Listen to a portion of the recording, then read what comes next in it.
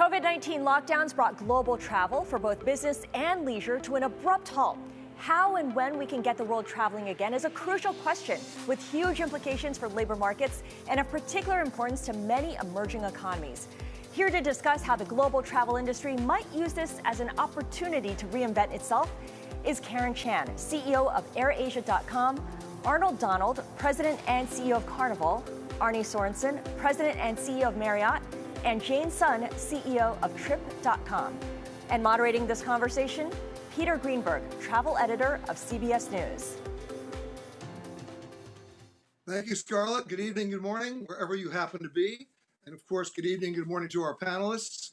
When you set the picture of the lockdown and the future of the global travel industry, we are talking about total disruption on every conceivable platform, on every conceivable level, whether it's the labor market, the supply chain, airlines, hotels, cruise lines, everything that we're talking about leading up to 150 million jobs at risk and the threat that many of them will never return. Tourism-based economies at risk, with governments being in trouble in the same time because they depend so much on all of those segments combining to create that revenue stream and to create jobs and to keep jobs. So to my panel tonight, I want to ask one question first, which of course is our poll question to everybody watching. And this is the poll question. Of course, it's about after the lockdown. When do you expect to start traveling again? A, when there's a vaccine. B, I'm ready to jump on a flight right now. That would be me. C, I'll wait until the authorities tell me it's safe. And the one I love the most, I love Zoom. Business travel will never be the same. So we'll be looking forward to those results during the rest of this session. I'm going to start with Karen first. And Karen, we're living in a world right now with airlift in real crisis. 34 separate airlines have failed. And we're not just talking bankruptcy, we're talking out of business. We're talking world's airlines will lose $84 billion this year. That's revenue they can never recoup. There you are running AirAsia with your route network at a time when so much of the world is shut down. How have you been able to pivot? How are you adjusting? And how do you see your way out of this? Because there's so many items there that are threatening you on a daily basis. First of all, thank you for having me on this panel, Peter. Really appreciate this. And it's been amazing that the fellow panelists on this particular session, we are facing the same crisis together. And one thing that Tony has always reminded us is that never waste a crisis. If we look at what AirAsia as the airline is actually facing, we have actually been on a journey to pivot to become more than just an airline for the past 2 years. It took a virus, to actually go and accelerate that in the past 9 months for us. Maybe I can just quickly give you some stats on how the airline is doing, and then how we are actually rethinking and reigniting not just travel, but also other parts of the business that we see that will be the new normal as we actually go forward. So as we can imagine, when you ask me, the poll questions, I think I would actually say all of the above. It's going to be a hybrid of how passengers and consumers will now go and travel. We are basically anticipating, and we are quite confident in travel recovery for Asia.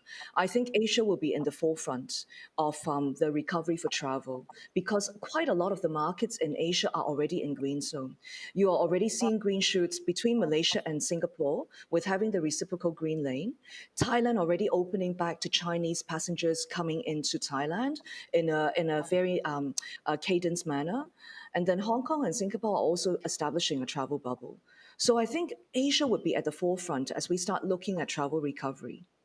For AirAsia, we are very fortunate because most of the routes that we cover are mostly in green zones, and we continue to work very closely with government authorities and other travel stakeholders to go and ensure that we have a harmonized plan, a harmonized SOP, and ensuring that when borders open, and we are predicting basically Q2 or maybe the second half of next year, we are ready to go and grab it by the bull's horns.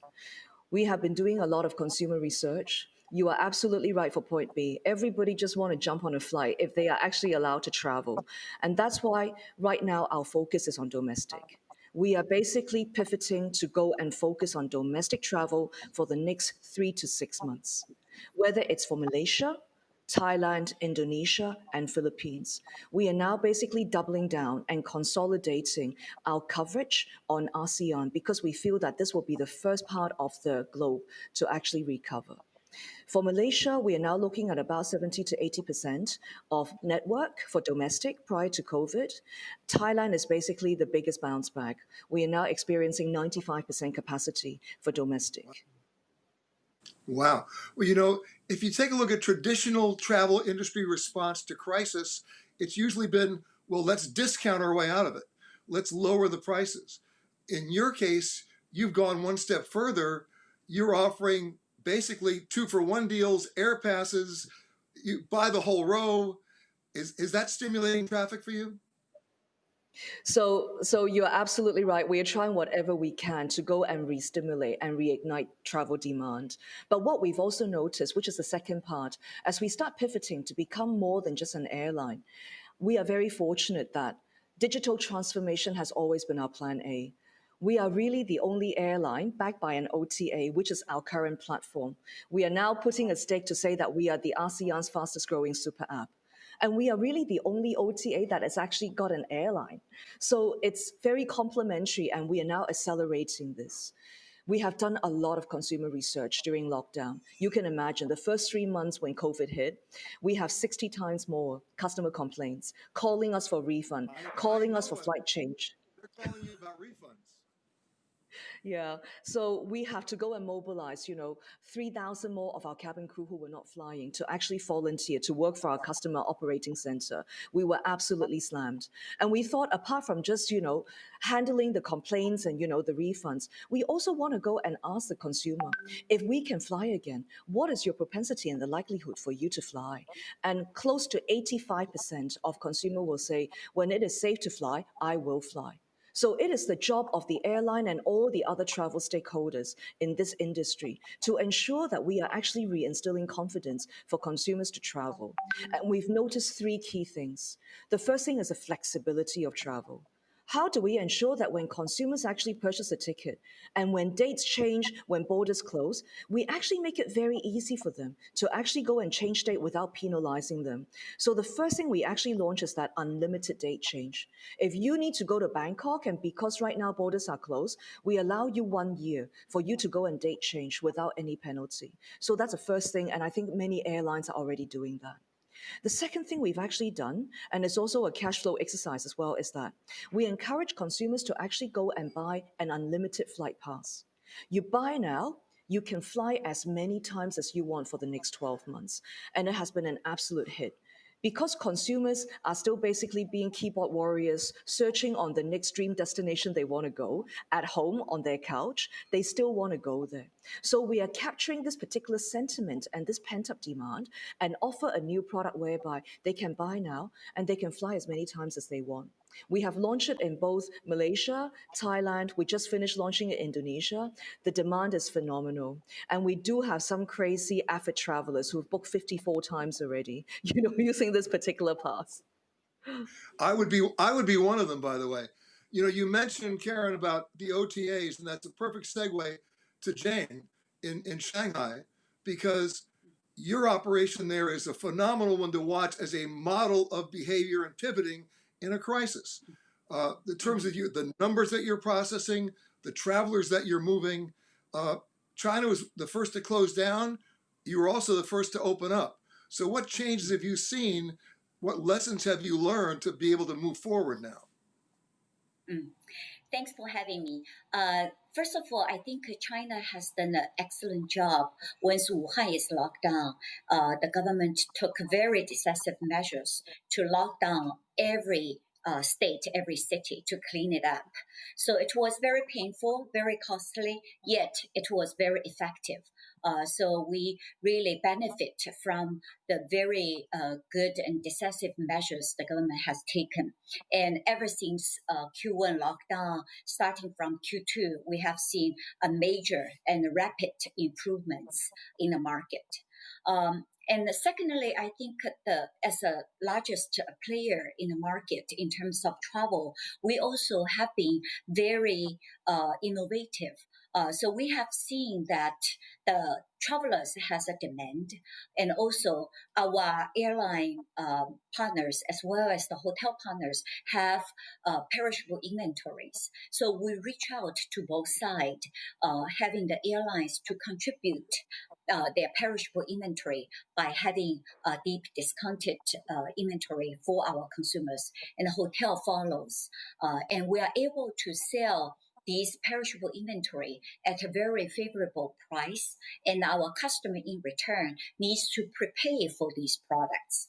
And we also used very innovative method to reach out to our high-end customers and a young audience through live streams, through apps, and it was very successful.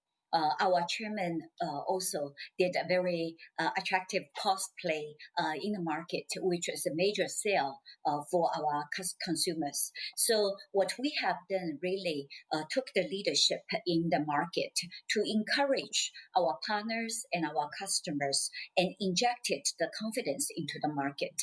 So during the May holiday and also October 1st, Golden Week holiday, we have seen a very rapid recovery in the market. And what we have seen are three trends. First of all, our consumers pays more attention to safety. So what we did is ask our partners to join us for the Safety Alliance. Everyone who wants to have access to our consumers will offer masks, will offer hand sanitizations, make consumers feel very comfortable to travel with them.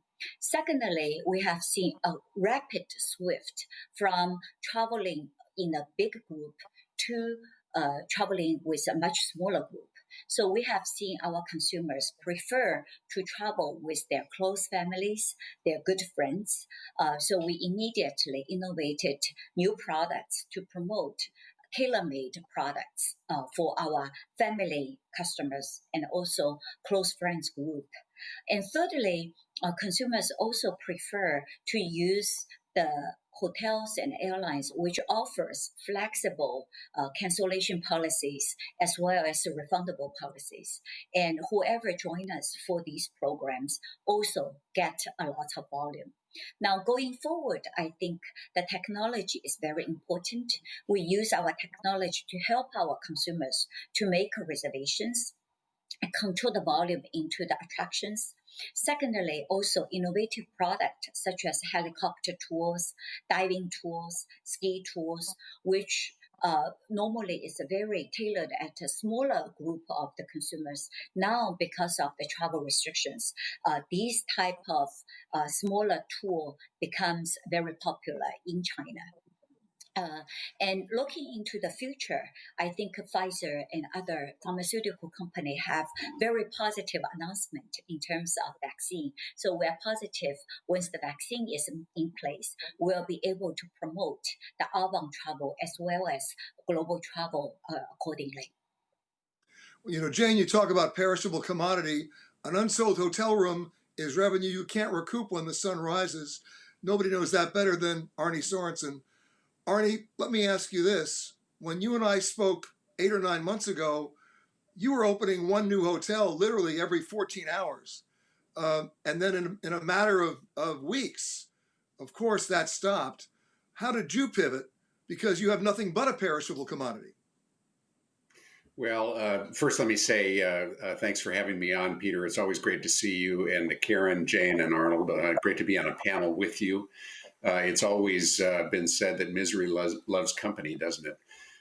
And while conditions have certainly improved from, Peter, that conversation we had at the beginning of this crisis, we are still at historically low levels of demand and trying to work our way through. And of course, it's been a challenge. Jane talked about the Chinese government's response to COVID-19 when it first hit.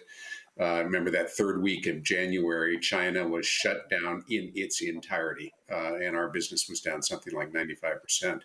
And in the rest of the world, it was in, about 6 weeks later, we saw it move to Europe and then to the United States, and the numbers were really quite similar. And so the first steps, of course, that had to be taken were to recognize the fact that the demand simply wasn't there. It wasn't about pricing the product. It wasn't about inducing somebody who was reluctant. It was about recognizing the fact that folks were either ordered to stay home or they wanted to stay home, or maybe a little bit of both. And I think in the 9 months or so that have elapsed since then, what we have seen really confirm a couple of obvious lessons. And we can maybe use China and the US, both big markets, to some extent quite similar. Don't tell the politicians I said that, because they like to drive us apart somehow. But both are principally domestic markets. China, of course, responded with its government approach to controlling the virus, and by and large has controlled the virus. And what we see is our business back in volume almost to 2019 levels. Varies a little bit by market to market. If you look at Sanya, which you think of as China's Florida, maybe as an example, business is better there now than it was in 2019, and that's because people feel like it's safe to get back on the road. Leisure travel is stronger than business travel, but business travel in group is coming back too. Coming to the United States, it's obvious the virus is not under control. We are getting more new cases every day than we've ever had before. And there's concern about healthcare capacity and the rest of it. But what we see notwithstanding that is when people can control the way that they get to their travel. In other words, if they can drive their own car, they're still inclined to get out of the house. They're tired of being locked in for 9 or 10 months. And so if I can take a driving vacation to a nearby beach or a nearby mountain or a nearby desert, or if I can go to a town nearby and maybe see some family, and I can be in my own wheels, I'm going to do that because I can safely be in a hotel. One of the advantages we have, of course, is once you get to the hotel, it's reasonably easy for you to control your own interaction with others. You can check in digitally in many hotels, but even if you can't, your room is your space. You don't need to see anybody else if you don't want to. Of course, if you're more relaxed and bolder, you can hang out in places where there are other people. But so it's as much about the sense of safety that people have in getting outside of the house and dealing with transportation. And that's why driving is first. It does tell us, though, in the United States, even when the virus is running, people want to travel. People want to get out of their house. People want to see others.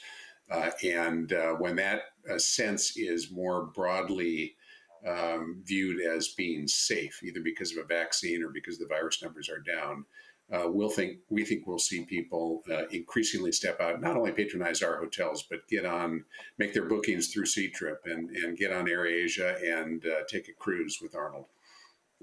Well, Arne, what you're talking about really is a dramatic change in traveler behavior.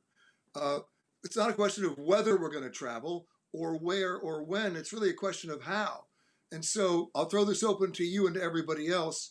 Have you seen a change in that behavior as it applies to your hotels, where people have gone from WFH, working from home, to WFH, to working from hotels, and choosing a hotel as a lifestyle choice at this point to leave the cities with their families and work remotely with everybody there? Yeah, the answer is, of course, yes. And what, think about the warm weather destinations. Obviously, the weather's getting cold in the Northern Hemisphere. Typically, the trip to the Caribbean or to warm weather destinations would be for a week in the wintertime, maybe a little bit longer than that for some.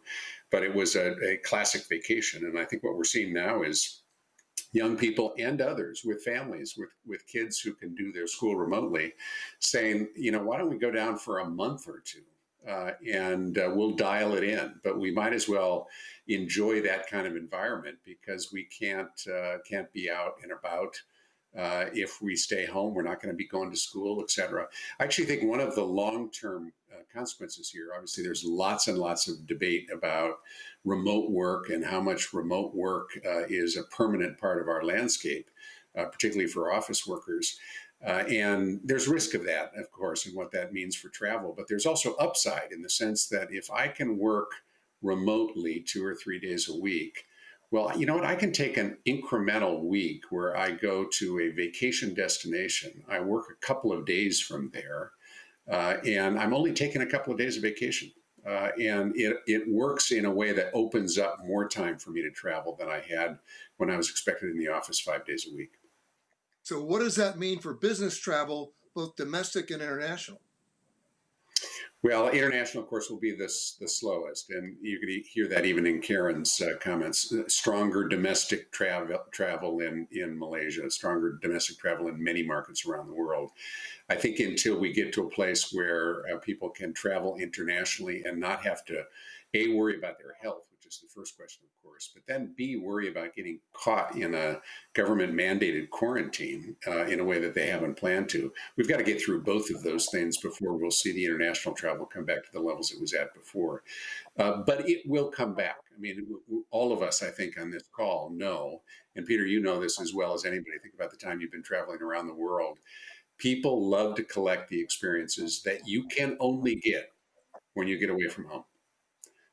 Cultural experiences, people experiences, food and beverage experiences, the sights that you see. And when that gets to be safe again, I think that'll come right back.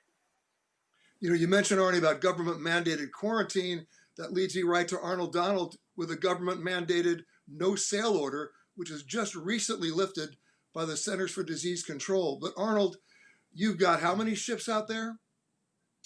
We've got 90-something ships still out there. But first of all, I just want to say I'm really glad to join my colleagues, Karen, Jane, and Arne. And of course, always good to see you, Peter. But we still have 90-plus ships out there. You know, we had 100 and something, but with the pause, first of all, we voluntarily paused, as did the entire industry. And unlike my colleagues here, you know, we are pretty much still in pause. So we have a few ships sailing in Europe. We have lots of robust demand, but we are still not really sailing yet. And some of that is by mandate and a number of places here in the U.S., although, once again, we voluntarily paused before the mandates were put in place.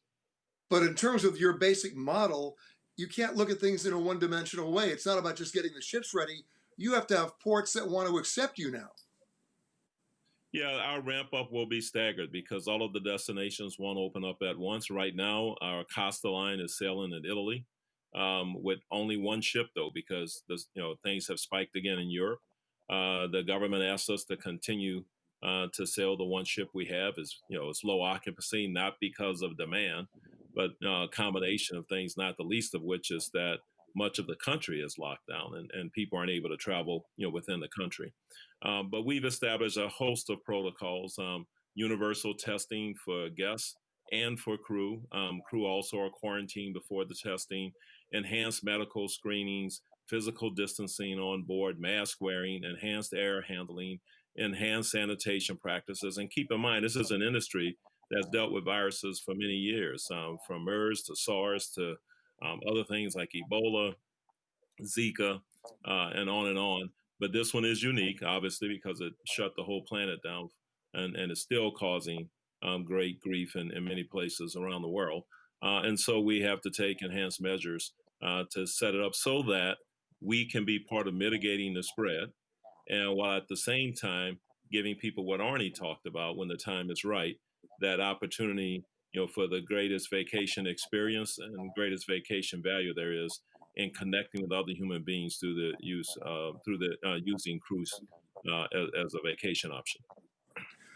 Arnold, when you talk about what you're trying to do now, in the absence of a vaccine, even though we've had some good news in the last 7 days, how much can you actually get back in cruise and give people the confidence that they can get back on a ship when you had a situation last week with a ship sailing for the first time in Barbados where they had rigorous testing in place, where they were testing passengers before they got on the cruise, before they even got to the ship, before they got on the cruise, and when they got on the cruise, and you still had people testing positive for COVID, which ended up canceling the cruise, 7 passengers out of 53, so more than 10%. And that cruise line now has canceled all their cruises through next April. So there are the optics here that you still have to get over, don't you? In a way, but to be honest with you, we have robust demand. And if you look at our bookings, second half of 21 and beyond, they're in the range of they would be pre-COVID. And we're not having the discount prices or anything. So people keep in mind, while we impact millions of jobs, and while there's almost a 500 million people a year that take holidays, only about 30 million can go on cruise ships. And unlike my colleagues here on the panel, we sail full. We don't have vacancies.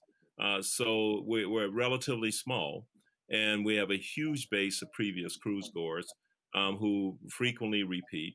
And so now they've been many months without being able to, get their dose of cruise, fascination. And so, given that, the reality is we actually have good demand. So rebuilding demand isn't our issue. The issue is actually being able to actually cruise and do so in a way where we're confident, and then the various destinations are confident that we can do it in mitigating the risk of spread. And so the example you gave on our ships in Europe, a number of them have had some COVID cases. Why? Because it's in the community at large. We're not guaranteeing there will be zero COVID. You can't do that given the presence of it and community spread. But what you can do is mitigate the risk of it being on board, so very few instances, and then mitigate the spread once it's on board. And you can do that with all the effective layering of the medical screenings, the physical distancing, the mask wearing, some of the other social activity changes that we make with greater space in the theater and so on, distributing people to all the various dining areas. We have lots of public spaces with lots of open air and so on. And so, we can mitigate the spread and with effective contact tracing. And so the combination of all of that, allows us to give people the comfort that their vacation won't be disrupted if they don't develop symptoms, from COVID, and that if someone else on board has it, the chances they'll get it from that person are greatly reduced, and certainly no greater risk than if they were shoreside engaging in similar activities. And of course, our aspiration is that it's lower risk than what people would experience shoreside. Arnold, your business model coming into the COVID crisis was that you did sail full. But when you start sailing again in February, March, and April of next year, I think almost by mission statement and definition, you are going to intentionally not sail full, correct? Well, we probably won't sail at the levels we were sailing before for certain, because we will more than likely still have physical distancing, and we'll more than likely have a number of social activities modified so that the density, the space, per guest will be greater. So yeah, we'll probably be at occupancy levels almost certainly below what we historically were at. But keep in mind, we count lower berths, and so during the summertime we might be sailing at 120% capacity. So reduced capacity for us legitimately could still be, a decent percentage of lower berths on the ship. So again, we're not worried about demand. We're not worried about, ability to price to attract people. What we need to do is make certain we are able to sail safely again, that the destinations are comfortable, that we have ways on excursions to make certain people, like we do in the European sailings today, that people are on excursions that are guided and allow, a certain amount of physical distancing and social distancing and so on. And as long as we do those things and manage it well, then we look forward to being able to have people cruise again. And at the same time, the technologies are evolving and the science is evolving. And so someone mentioned the vaccines on the call here. There's multiple vaccines coming, enhanced testing, rapid tests, lower cost tests, more accurate testing. All those things are tools to use to help mitigate the spread and allow people to enjoy, again, social activities that they really want to. And as Arne pointed out, just connecting the world. So when people come together the way they do on a cruise and in other forms of travel, they discover what they have in common, and then they learn to celebrate the differences rather than to fear them. And that's the human spirit aspect of travel and what it's really all about. And we are very much looking forward to being able to play our part in that again in the very near future. Of course, that also means the ports have to be comfortable with your ships as well. You saw the recent vote in Key West, Florida, where they essentially banned all cruise ships above a certain number of passengers. You have the mayor of Dubrovnik in Croatia limiting the number of ships in port in any given day to 2.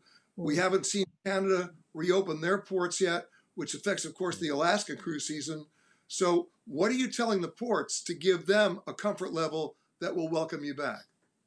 Well, take Dubrovnik. The mayor there is a good friend of the industry, and in fact, as we went to protect Old Town there, basically what we all volunteered as an industry was to stagger the arrival of ships and so on, so that there wasn't a big congestion in Old Town that really created a real issue.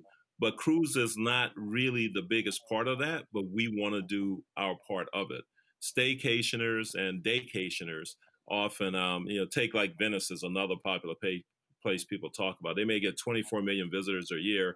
1.5 million to 2 million are cruise. The other 20 something million are not cruise goers. So having said that, we want to do our part. And so we work closely with Dubrovnik, and we have a great partnership with them. Key West is a different story, and we always respect people. It's their home, and we respect people's home wherever we go, and whatever they want is their prerogative. But we go to 700 destinations around the world with our 9 world-leading cruise line brands, and there are plenty of places to go and plenty of places that really want those visitors to come and those cruise guests to come. And so, we go where the guests are welcomed, and we go where we can deliver the kind of experience the guests are looking for. Karen said earlier that she would answer the poll question with yes to all 4. Well, the poll results are in, and Karen, you were probably right. Take a look at these numbers; they're just about even. I guess everybody wants to do what you want to do. So interesting results there. Although I'm sort of surprised about the last one about Zoom. But Karen, let me go back to what you were talking about how you pivoted as an airline, because as I'm speaking tonight, Thai Airways is announcing they're essentially out of cash. Norwegian is not going to get help from the Norwegian government, and they may go under. In Mexico, the Mexican government is actually advising, in an official statement, their citizens not to book on an airline called Interjet because they're so financially unstable. So where do you see the airline business go? More mergers, more consolidations, and more failures as we come out of the lockdown? That's a really good question. So it's interesting when you look at the poll that 29% of all the pollers are actually willing to go and take a vaccine. In fact, my founder, Tony, is actually volunteering all of us to go and try the vaccine out when it's available in Malaysia. He's volunteering you. I get it. Absolutely. I'll be going with him together. If we look at the aviation industry, it's going to be a deep, harsh winter. And I do expect that there's going to be convergence. And that's why, whether it's just within the aviation or for the entire travel industry, what we have actually tried to do to go and survive, right, is to go and basically collaborate instead of compete. And that's why, Jane Sun is also on the panel today. I mean, AirAsia has actually signed a strategic partnership with Citron, because the only way that we can actually survive is to fight this together. The same that we are working also very closely with Marriott Hotel. And Arnold, we'd love to also go and sell, cruises as well, hopefully next year. What we're seeing is that as we need to go and basically reignite the confidence in travel, there's a few things we need to do. How do we go and basically, there was one question that you were asking earlier, Peter. How has consumer sentiment to travel changed? We are seeing it, especially within ASEAN, that consumers are less impulsive and a lot more intentional and planned. Because now they can no longer say, okay, Friday evening, I want to fly to Bangkok for dinner and then come back Sunday. Because they need to go and do a COVID test. They need to go and upload their health documentation. So what are travel stakeholders and partners doing to go and pivot from carefree travel to hassle-free travel? And what AirAsia has actually done as we start basically expanding into a super app is that we need to go and make sure that when consumers want to go, and whether it's buying a hotel, whether it's actually purchasing a flight, we are now allowing them to go and book their COVID test as part of InPath. We are actually connecting with 17 different hospitals within Malaysia that if you want to go and do a COVID test 72 hours before you need to fly, you can now do it on airasia.com. We already have automated the uploading of health documents so that we know that whether you're fit for travel, unfit for travel, directly working with the clinics, all those are already automated and integrated, so that we are trying to go and make it as seamless as possible for consumers. We can't change the fact that. Karen, let me just switch for a second, because you mentioned something about the spontaneity of travelers, and that really goes to what Jane is doing.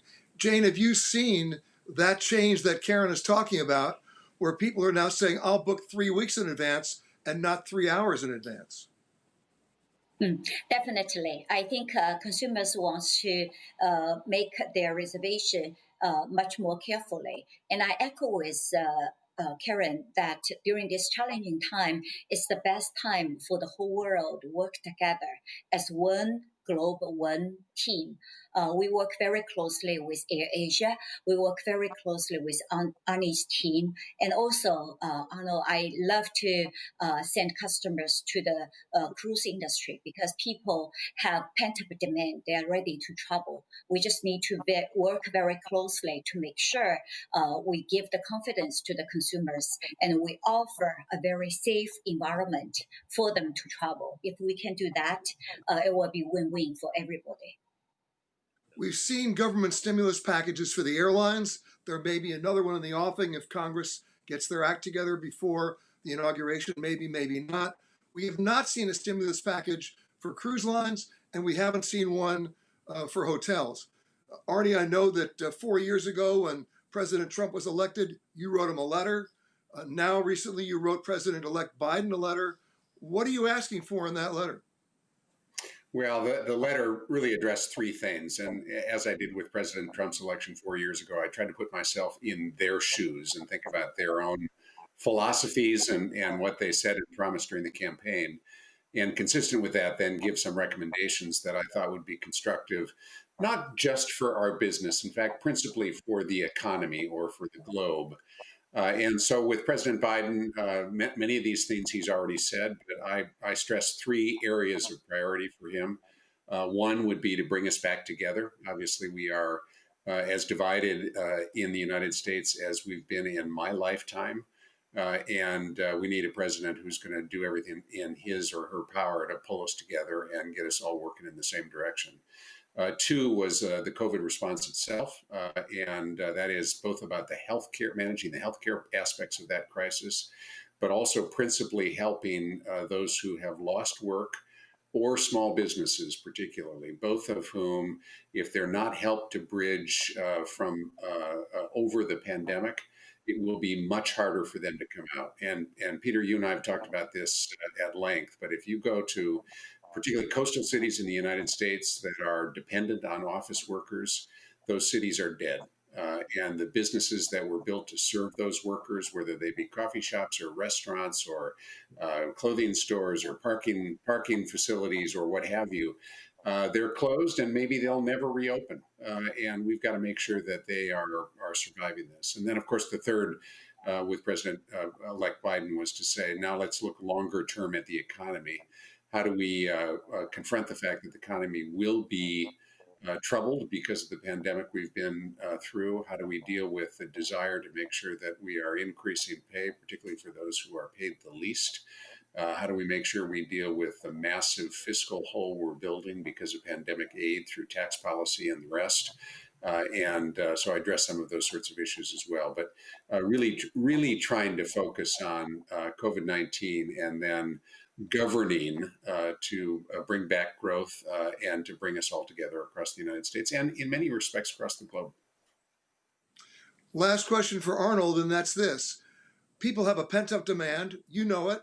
They want to get back, especially your repeat cruisers want to get out there. What have you done in terms of your financial model to change the financing of a cruise for the consumer, to allow them maybe a different way to do it other than a credit card, or a different way to do it other than how they pay in advance, so that they have confidence, so that they can go, and that if for any reason there's a problem and the cruise doesn't go, they can also get their money back? Well, the cruise industry has a long history of taking care of our guests. And so, frankly, we're very flexible when it comes to honoring our guests and their needs. And We don't really need to do anything right now in particular because we're going to have a limited number of ships, limited availability. But we want people to be able to cruise with confidence to know that if for some reason outside of their control, the cruise gets interrupted, they're taken care of. And we did that with 200 and something thousand plus guests when things suddenly happened in March. And we'll do that in the future. And I think that applies to everybody in terms of refunds, insurance, and giving people, from a destination point of view, destination assurance as well, so that they know they can go somewhere and not get stuck and be unable to get home. I think we're out of time. So I want to thank Jane and Karen and Arnold and Arne. Thank you for doing this in the evening and in the morning. And I'm going to throw it back to Scarlett.